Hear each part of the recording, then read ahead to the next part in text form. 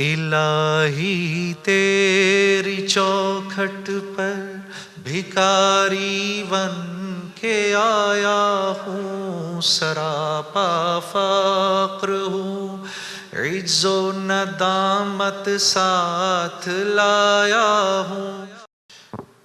میرے عزیز دوستو، میرے بھائیوں اور میری بہنوں، میں آپ کے پاس چند ضروری باتیں لے کر آیا ہوں۔ نعت بھی ضرور پڑھوں گا۔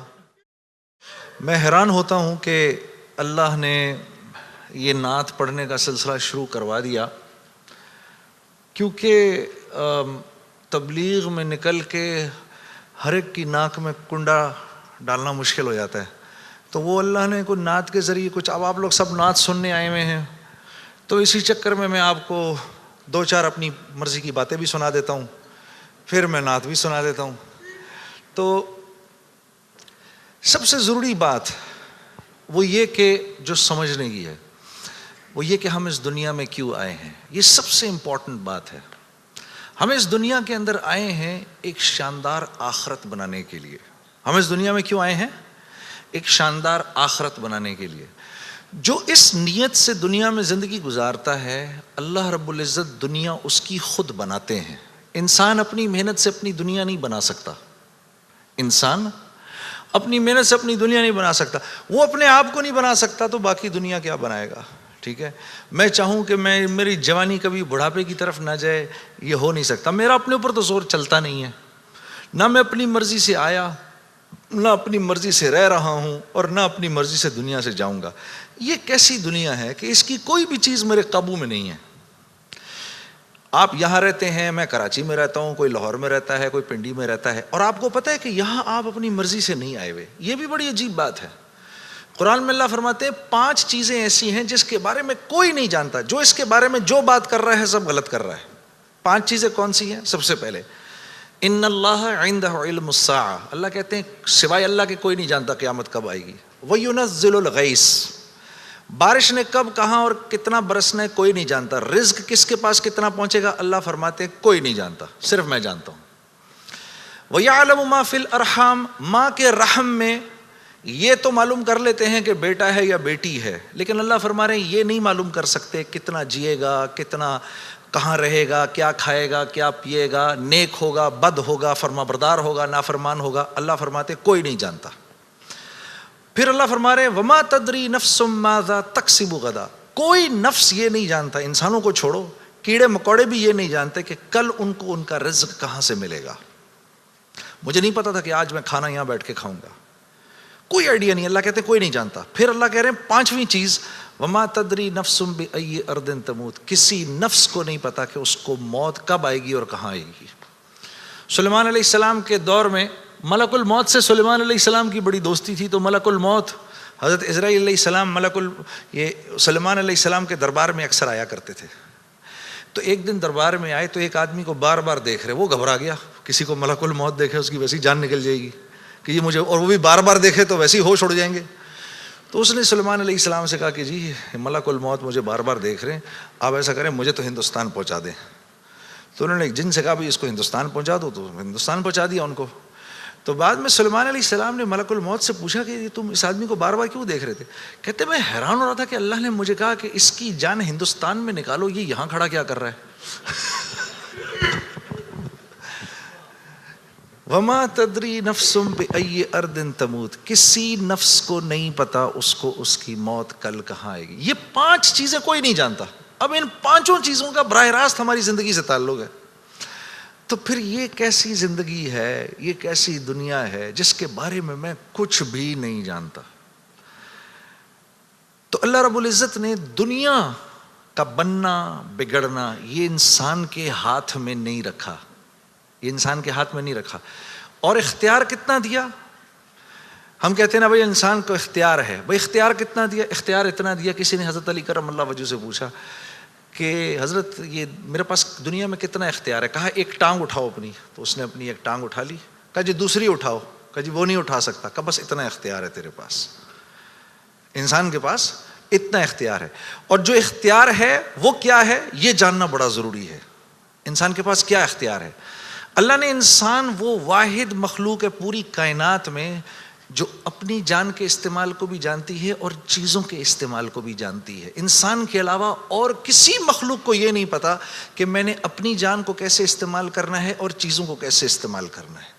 گھوڑے کو نہیں پتا کہ میں نے اپنے آپ کو کس کام میں لگانا ہے اور میں نے بکری کا کیا استعمال کرنا ہے.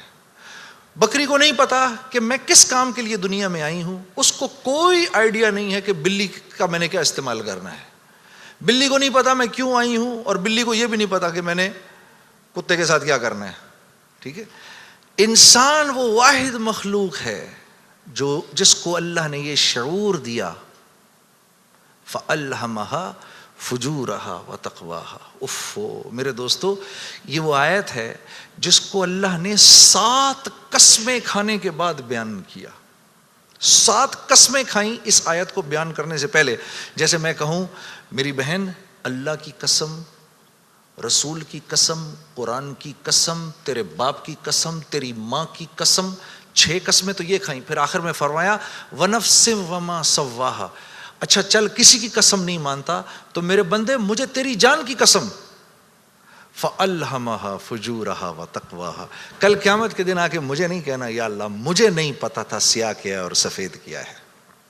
مجھے نہیں کہنا کل یہ قیامت کے دن، کیونکہ فَأَلْهَمَهَا الہام کیا ہے، میں نے تجھے الہام کیا ہے. اچھائی اور برائی کا فرق میں نے تیرے اندر ڈالا ہے اور یہ ڈال کے تجھے دنیا میں بھیج دیا ہے. جیسے کوئی بھی معاشرہ ہو اس میں سچ اچھا سمجھا جاتا ہے، جھوٹ برا سمجھا جاتا ہے، چاہے وہ مسلمانوں کا معاشرہ ہو چاہے غیر مسلموں کا ہو. بےایمانی ہر معاشرے میں بری سمجھی جاتی ہے، ایمانداری ہر معاشرے میں پسند کی جاتی ہے. راست بازی، سچائی، بینگ اپ رائٹ، یہ ہر معاشرے میں پسند کیا جاتا ہے. اور ظلم ہر معاشرے میں برا سمجھا جاتا ہے. جسٹس ہر معاشرے میں اچھا سمجھا جاتا ہے. قتل ہر معاشرے میں برا سمجھا جاتا ہے. تو اللہ پاک فرما رہے یہ چیزیں دے کے میں نے تمہیں دنیا میں بھیجا ہے، میں نے تمہیں تمہاری جان کا استعمال بتا دیا، چیزوں کا استعمال بھی سکھا دیا.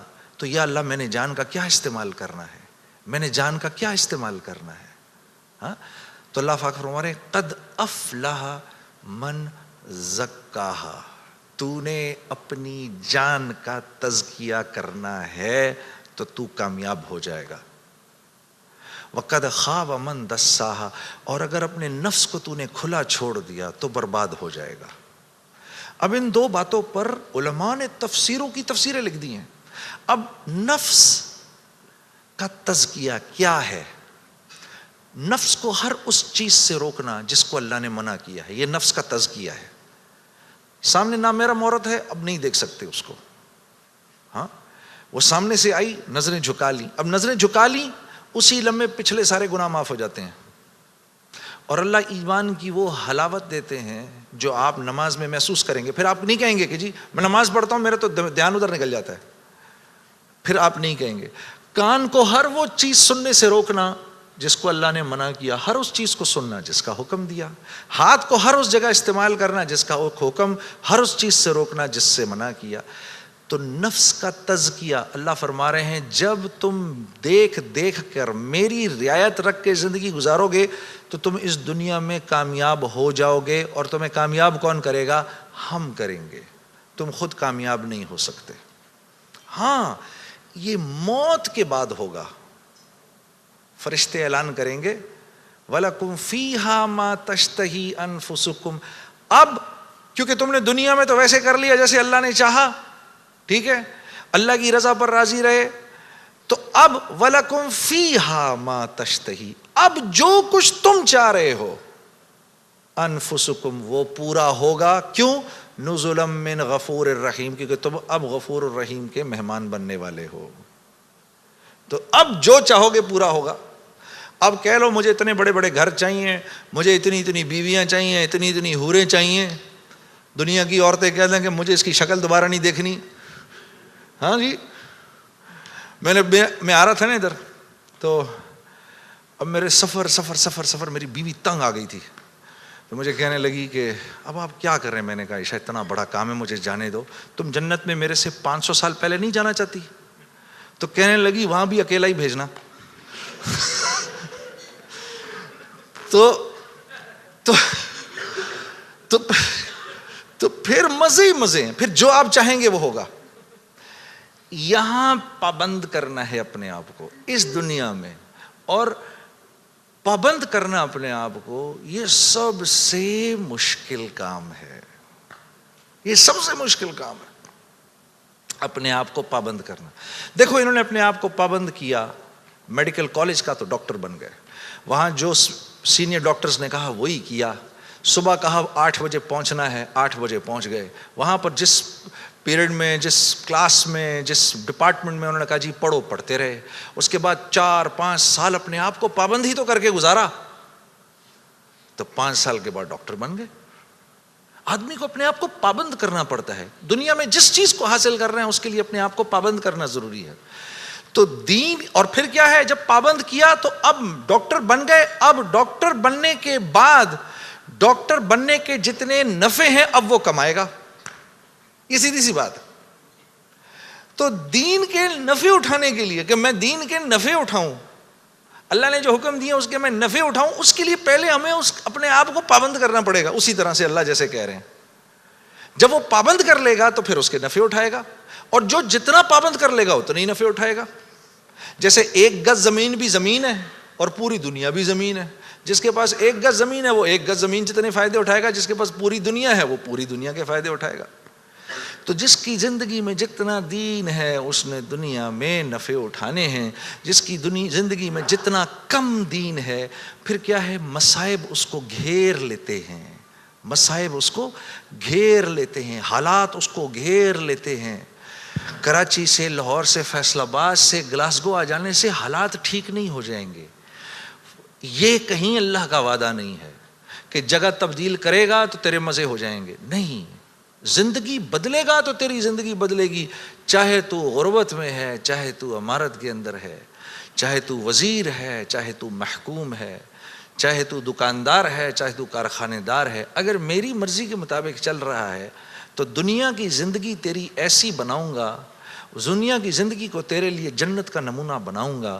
اگر میری مرضی کے خلاف تو چلے گا تو تیرے لیے تمام حالات اور تمام کامیابی کے نقشے ہونے کے باوجود تجھے مشکل میں ڈالوں گا۔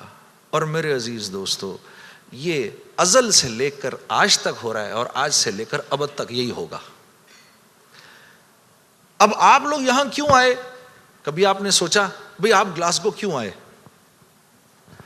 آپ گلاسگو کیوں آئے؟ آپ آئے نہیں ہیں، اخرجت للناس، ہم نے لوگوں کے نفع کے لیے تمہیں نکالا ہے، ساری انسانیت۔ اخرجت للمسلمین نہیں، مسلمانوں کے نفع کے لیے آپ نہیں آئے ہیں یہاں پر، اخرجت للناس، ساری انسانیت کے نفعوں کے لیے میں نے تمہیں تمہارے گھروں سے نکال دیا ہے۔ یا اللہ ہم نے کیا نفع پہنچانا ہے ان کو؟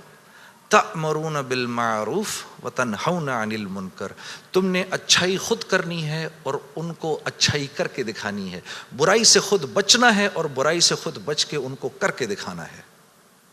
آپ یہاں اس لیے آئے ہوئے ہیں، میں قرآن بتا رہا ہوں آپ کو۔ وتؤمنون باللہ، جب یہ کرو گے، جب تم ایسا کرو گے پھر میری ذات پہ تمہارا ایمان بنے گا، ورنہ نہیں۔ تب تم میرے حکموں پر چلو گے۔ ایمان نہیں بنے گا تو حکموں پر نہیں چلا جاتا، پھر اللہ کے حکموں پر نہیں چل سکتا آدمی۔ ایمان بنائے بغیر اللہ کو، اللہ تو جانے گا لیکن اللہ کی ذات کے تاثر سے دل خالی رہے گا، اللہ کی ذات کے تاثر سے۔ جیسے ابھی بھائی کہہ رہے تھے نا، دل، ابھی امجد بھائی کیا کہہ رہے تھے، دل اللہ کا گھر ہے۔ اس کا کیا مطلب ہے؟ اس کا مطلب یہ ہے، اللہ فرما رہے ہیں میں ساری کائنات میں کہیں نہیں سما سکا ہوں تو صرف ایک مومن کے دل میں آ کے سما سکتا ہوں۔ کیا مطلب ہے اس بات کا؟ اس بات کا مطلب یہ ہے کہ جیسے میں بھائی کے گھر مہمان آؤں، اگر یہ مجھ سے محبت کرتے ہیں، اگر میرا ان کا ایک تعلق ہے تو یہ کیا کریں گے، میرے آنے سے 2-3 دن پہلے ہی گھر کو صاف کر دیں گے، گھر صاف کریں گے، پھر جس کمرے میں میں نے رہنا ہوگا اس کا کوشش کریں گے کہ بھئی یا تو اگر اس میں اٹیچ باتھ روم ہے تو باتھ روم کلین کیا جائے، پھر اگر باتھ روم قریب میں یا اگر وہاں اندر نہیں ہے تو قریب میں جو باتھ روم ہے اس کو صاف کیا جائے، گھر کی شیٹس بیڈ پہ نہیں لگیں، پردے صاف ہوں، قالین صاف ہو۔ بھئی بچوں کو اپن کمرے میں نہیں چھوڑنا، بھئی خراب نہ ہو جائے، بھئی کل آ رہے ہیں، بھئی جنید صاحب کل آ رہے ہیں یہاں پر۔ یہ کیا مطلب ہے اس کا؟ یہ مجھ سے محبت کرتے ہیں، یہ نہیں چاہتے کہ میرے دل میں ذرا سی بھی خلش آئے کہ یار یہ مجھے کس کمرے میں, یا کبھی ایسا ہوا ہے کہ گھر میں کوئی نیا مہمان آ رہا ہو تو جس کمرے میں اس کو ٹھہرانا ہے اس کمرے میں بچے بھی کھیل رہے ہیں, گند بھی ہو رہا ہے, اور جب آئے تو بچوں کو کہا کہ ایسا کریں یہ بچے بھی ادھر ہی کھیلتے رہیں گے, تسی بھی اپنا سامان اتنے ہی رکھ دو کدھر.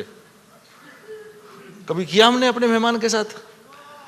تو دل میں ہو اللہ کے غیر کی محبت اور ہم کہیں یا اللہ تو بھی آ جا ادھر, ایسا نہیں ہوتا. ایک حیادار عورت ہوتی ہے نا, حیادار عورت, وہ پہلے اپنے شوہر کے دل میں اپنی محبت دیکھتی ہے.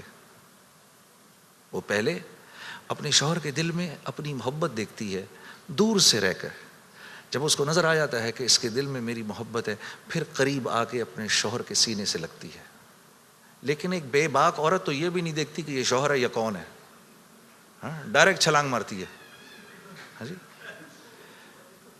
تو اللہ رب العزت اور نیکی, مثال دے رہا ہوں میں, مثال کے طور پر ایک حیادار عورت کی طرح ہوتے ہیں. وہ پہلے آپ کے دل میں اپنی جگہ دیکھے گا, اللہ پہلے آپ کے دل میں اپنی جگہ دیکھتے ہیں. لیکن اگر اس کے اندر اللہ کے غیر کا تعفن ہے, اسی لیے تو پھر نماز میں دل نہیں لگتا. اچھا پھر نماز میں دل نہیں لگتا, پھر تھوڑی دیر بعد شیطان کہتا ہے بھائی کیا یار ٹائم ویسٹ کر رہا ہے یار, چھوڑ کوئی اور کام کر. ادھر اس نے نماز چھڑائی, ادھر شیطان نے نماز چھڑائی, ادھر آپ اور میں گئے کام سے. ادھر نماز گئی, ادھر ہم گئے, بس چھٹی, اب فارغ. اب فٹ بال کی طرح شیاطین کبھی لات ادھر سے ادھر ماریں گے, کبھی ادھر سے ادھر ماریں گے, کبھی ادھر سے ادھر. برکت بھی گئی, زندگی کی برکت گئی, مال میں برکت گئی.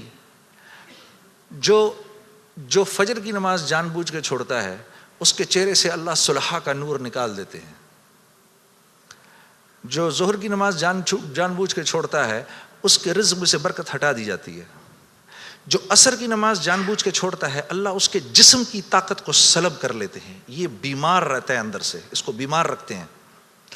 جو مغرب کی نماز جان بوجھ کے چھوڑے گا اس کو اس کی اولاد سے کبھی کوئی نفع نہیں ہوگا, اس کی اولاد ساری زندگی اس کی نافرمان رہے گی. جو عشاء کی نماز جان بوجھ کے چھوڑے گا اس کو کبھی راحت چین کی نیند نہیں آئے گی. تو اس کے علاوہ میں نے دنیا میں کرنا کیا ہے, اور یہی 5 چیزیں تو چاہیے مجھے دنیا کے اندر. الہی تیری چوکھٹ پر بھکاری بن کے آیا ہوں, سراپا فقر ہوں, عجز و ندامت ساتھ لایا ہوں.